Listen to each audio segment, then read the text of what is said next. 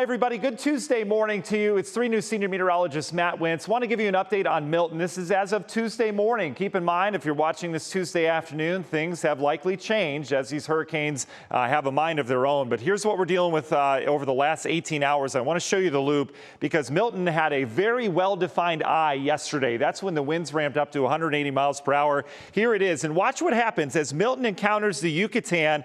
Notice how the land kind of shears it apart a little bit. It disrupts that main flow. Still a very powerful hurricane, don't get me wrong, but that center of circulation is just now starting to get going again in terms of producing that eye wall, little eye wall replacement cycle going on, plus it's feeling that friction coming off the Yucatan. Latest numbers, again, this is as of this morning, so things are going to change with further updates, but as of this morning, winds are still at a powerful 155, makes it a very strong Cat 4, gusts over 190 within that center of circulation. Just incredible wind with this. A lot of wind even being felt in the Yucatan. It is moving east-northeast, and that movement is expected to turn more northeasterly. Over the course of the day, as it gets out over open water and away from land, it doesn't have a lot of friction or shear going on, so we are going to see that strengthening. We're expected to strengthen back into Cat 5 status. And then as it heads north, there's some wind shear off in the north due to a trough.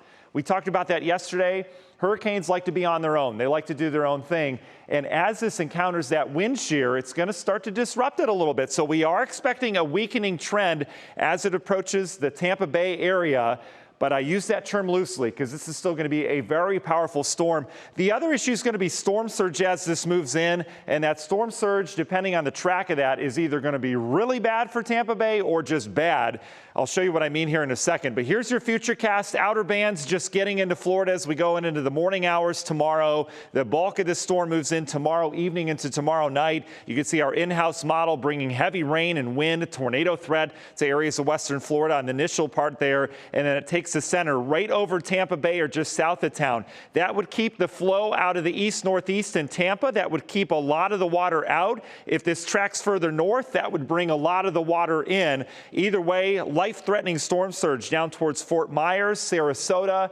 It's going to be a huge issue wherever you are south of the storm system with that push of water as it comes in. Even Orlando, not out of the woods. Daytona Beach, some heavy rain. They're going to have big impacts from wind and flooding as you get inland. In terms of that storm surge I mentioned, though, here's the forecast, anywhere from 12 to 15 feet from Sarasota, just north of Fort Myers. This may shift a little bit further south. Again, it depends on the exact track of that storm, but it is going to be a big deal because the system's coming in like this. That piles up the water versus most storm systems that come into Florida kind of scrape the coast and they mitigate that storm surge to the point where it's not quite as big as it is with a direct hit. And this looks to be a direct hit. Winds are going to be an issue as well. Orange areas, that's Cat 3 status or higher. Notice how those winds start to move in Wednesday, 10 p.m. into the St. Petersburg area. Tampa downtown going to get nailed from this. And then the winds lighten up a little bit, but still power outages and very strong winds as far east as Orlando and then even off the East Coast. So final graphic here I want to show you are the impacts by city.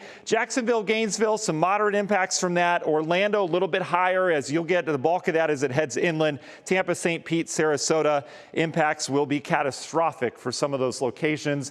Hopefully everyone has evacuated that is supposed to per government officials. But overall, this is going to be a monster storm here over the next 48 hours.